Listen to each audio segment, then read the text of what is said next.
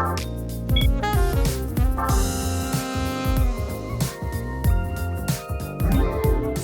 there, this is Derek from Pacific Coast Auto in Japan. We're looking at a Hilux Surf, which is the Japanese name for the 4Runner, but here in Japan you got the turbo diesel engine that North America never got. And so this one here is a 1998 with 189,000 kilometers on it, and it's going to be exported over to the USA. This one's going to Los Angeles. We'll take a look at the vehicle condition. We'll compare it to the auction inspection sheet. This is basically a video that we give after the vehicle has been purchased, right before export, and then you get your vehicle. As easy as that. Pick the cars from the auction, pick the one that you want, bid on it, win it, send it to me if you want, and then we'll send it over to you. Here you can see 189,334. That is authentic mileage on that. And I would give this a medium mileage. It's not high or particularly low for these Hilux Surfs. There are a lot of them here in Japan with over 200,000 kilometers, and they are known to be dependable. Everyone kind of knows that the Hilux pickups, the Hilux Surfs, dependable, reliable vehicles, generally not that expensive to work on. Parts are available all around the world, and you know, they just are a cool vehicle. The Hilux Surf, the 4Runner, they're cool. Now, the fact that you can get a diesel is awesome. It is a shame that North America didn't get a turbo diesel. This one here is the later model version of the 1KZ engine that comes with a giant top mount intercooler, and you get a cool hood scoop, which is kind of funny. Toyota in the early 2000s was all about the hood scoops on the cars that didn't need them. Like, I think the Tacoma got one, and I think even the 4Runner got one. But then there were cars that had functional hood scoops here in Japan. We just never got them. This one had the timing belt changed at 155,000 kilometers in 2018. The coolant looks good. The oil looks good. There is a little bit of blow-by, which is where oil gets past the oil seal on the turbo. And in this case, even gets past the intercooler piping. It's fairly normal for cars to do that. Even new cars have a little bit of blow-by, and it just gets a little bit more over the years. Nothing really to worry about, but you can clean that up to make it look nicer. You can replace the turbo seal, but you don't really need to. Not for a good long amount of time, in my opinion. Okay, so let's close the hood here. There's that hood scoop. Let's go have a read over the auction inspection sheet. So this is all written in Japanese, of course. We translate it for you. So this is the information given to you at the time of purchase that you base your bid amount on. Now keep in mind, this is a wholesale way to buy. So this is just like if you were a dealer buying your inventory. So it's a 1998 Hilux Surf SSR-X Limited, auction grade 3.5, interior C with the 3000cc turbo diesel engine. Original black. It hasn't been color changed to black. It's very common for these Hilux Surfs to be color changed into black. If you can do it, you want the original paint, not a color change, because the color changed ones tend to be painted poorly. And you'll kind of see one of the biggest problems on this one is that the paint isn't that good. It has been repainted, we knew about that, but not color change painted, which can generally be even a little bit worse. Okay, so 189,280 kilometers at the time of auction. Automatic transmission, although it is able to be found with a manual transmission, they tend to be fairly rare. They are all four-wheel drive, and in this generation, they are not full-time four-wheel drive. I'm sorry. They are selectable four-wheel drive or two-wheel drive, and they have a selectable low gear ratio if you're going to be doing any crawling or pulling a tree stump out or something like that. The diesel one obviously has more torque than the gasoline engine and has a little bit less power than the gasoline versions, and better fuel economy as well. The sales points from the seller here, it's purchased from user, aftermarket SD Navi. Mike's going to try hard mode here, trying to get that car out. Okay, digital TV tuner, sunroof. That's been crossed out. The sunroof doesn't work, and I didn't check it. It is just a glass sunroof. I'm not sure how easy or difficult that would be to fix. Toyota sunroofs don't tend to break that often compared to other brands. It might just be a jamming thing because a lot of people don't use their sunroof very much.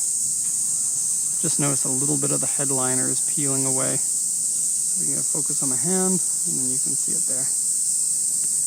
Okay, an aftermarket 16-inch wheels. I think that these are Mickey Thompson wheels. And then it's on mud terrain tires, but the tires are 11 years old and they don't have any tread left on them. Also, to each their own, I love the look of a tire like this, but they're just so bumpy and so much noise on the highway. A tire like this is great. A tire like this is great for looks. I mean, and looks are very important, don't get me wrong. Great for performance, but not good for road manners. So it is a compromise if you want to go with like a knobbly tire. And this is a mega knobbly mud tire. Yokohama Geolander MT. A good high quality tire. Okay, it comes with a spare key, and the report here says steering wheel wear and cracked. It's minor cracks. It wouldn't really particularly bother me on a 25-year-old vehicle. Sunroof doesn't open or close, or doesn't work. Seat cover has a rip. There's actually one in the front and one in the back. And the seat is saggy. I'll show you when we get in there. Exterior aftermarket marker lights and tail lights. It's true. Headliner wear and dirty. Side step is scratched. They decided to paint it, which is an odd thing to paint if its whole purpose is to be stepped on and you have rocks on the bottom of your shoes. So yeah, kind of an oversight there. If anything, you put on like grip strips over top of the paint so that you're not likely to hit the paint. Dashboard comes up or is deformed. It's really not very much at all, but there is some over there. And it's not something that you can actually see while you're driving, so it shouldn't be too much of a concern. What is this? Headlight cover scratched? Oh no, H cover. H cover is Hyman tire. Weird name for it, Hyman tire. It means a rear mounted spare tire. And yeah, it's scratched pretty badly. But, oh, I can fix it with my fingers. I don't know if that's actually just crumbling. It might be. So maybe rubbing your fingers on it takes the paint off. Okay, and what else? Headrests are missing. 2 of them in the rear are missing. Door mirror scratched. And then we have W3, which is bad paint and paint bubbles on the hood. Paint peeling here. They missed it, but there's also paint peeling on the other one. A3 in the back. And then the W2 means repainted, and there are a few sections of it. There's actually a few areas where the W2 has been painted, and I'll show you one of them right now. And then right here. So there's a blend line where you blend the 2 blocks together, which is a weird thing to say. But then one of the blocks fades, or one of the reds if it's a red car. And then you get that kind of a line there. And there are, I think, 3 or 4 places like that. Let's see, one here. One here. One here. And one here. Okay. And then that's the whole auction sheet translated for you. Yep, let's do the vehicle once around, and then I'll go over some more of the notes of the exterior after I've done this. You can see the stickers on the back for Patagonia and Chums. It's very like someone in Japan who has a vehicle like this to proudly talk about the fact that they like to go hiking. You'll find this if you move to Japan. It's very apparent, but when people have hobbies here, they often don't have the time to do more than one hobby, and so they go hard on one hobby. And you'll see it like all their clothes will be Patagonia, and they'll have like hiking shoes, and they'll always be talking about going hiking.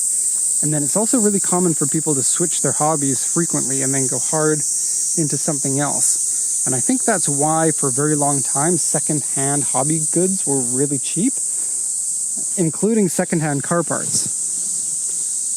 But I find that recently maybe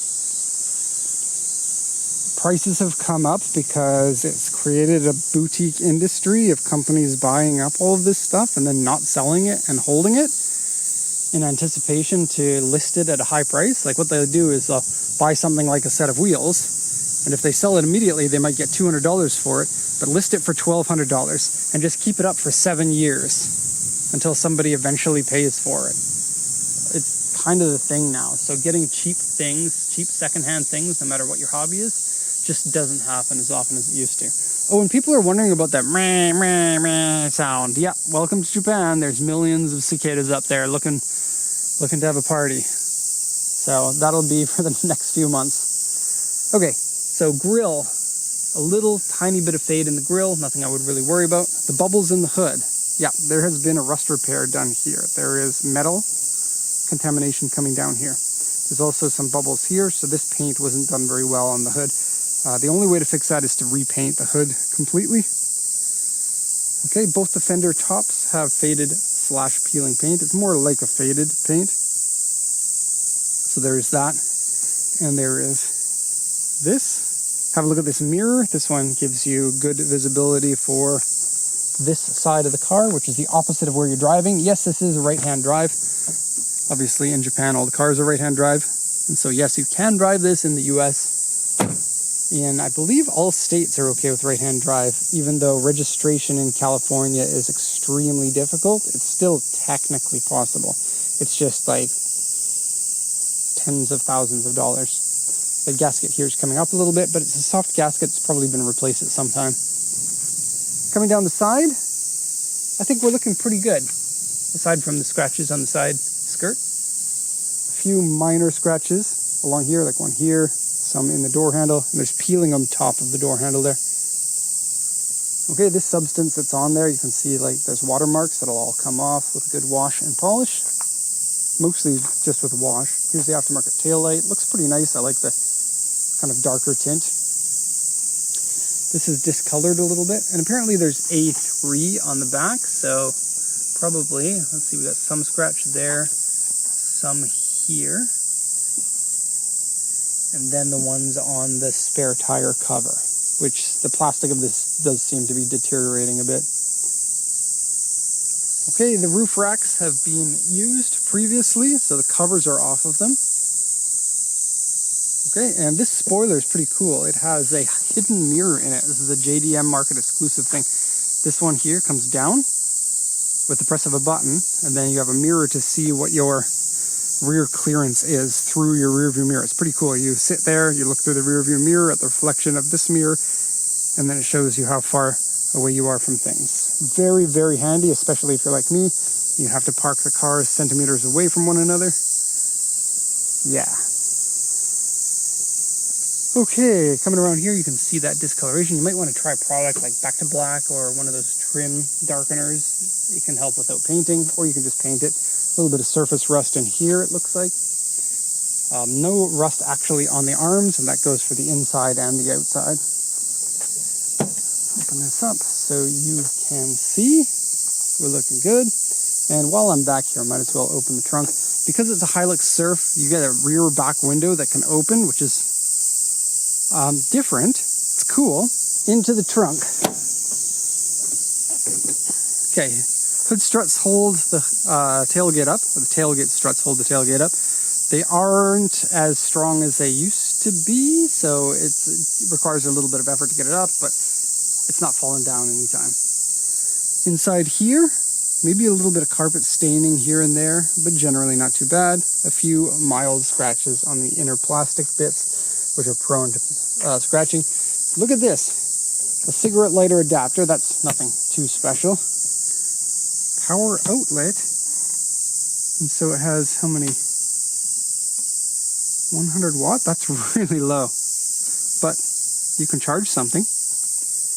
And another cigarette lighter adapter. That would have been an optional extra.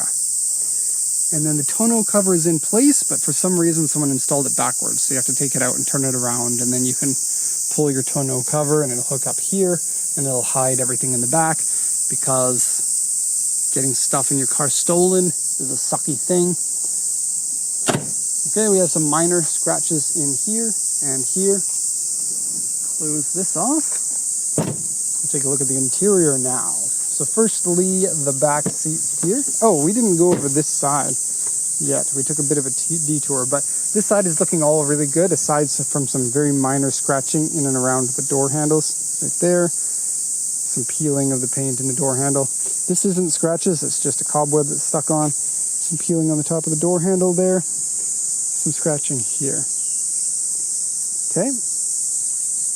And then the same, this is all just dirty, my apologies.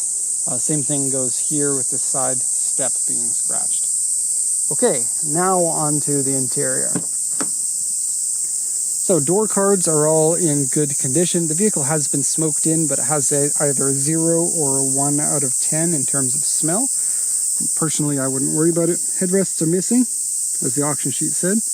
And then seat covers on all the seats. All the seats seem to be in good condition, save for the driver's seat having a bit of sag, which is, the seat is pretty prone to sagging. It's on most of these by the time they reach this age. This is one of the rips in the seat cover. Personally, I'm not a big fan of seat covers, but I kind of am of the utility of them. A car that comes with seat covers usually has better conditioned seats in it than a car without, but I don't like actually having the seat covers on. But I would like to buy one with the seat covers on, and then they take them off, and then you get the nice clean seats underneath. We're missing the ashtray over here, but people don't smoke nowadays as much as they used to, so hopefully your kids in the back are not smoking cigarettes. Place for cups to go. A little bit cheap feeling. Let's see if we can put that away. There we go.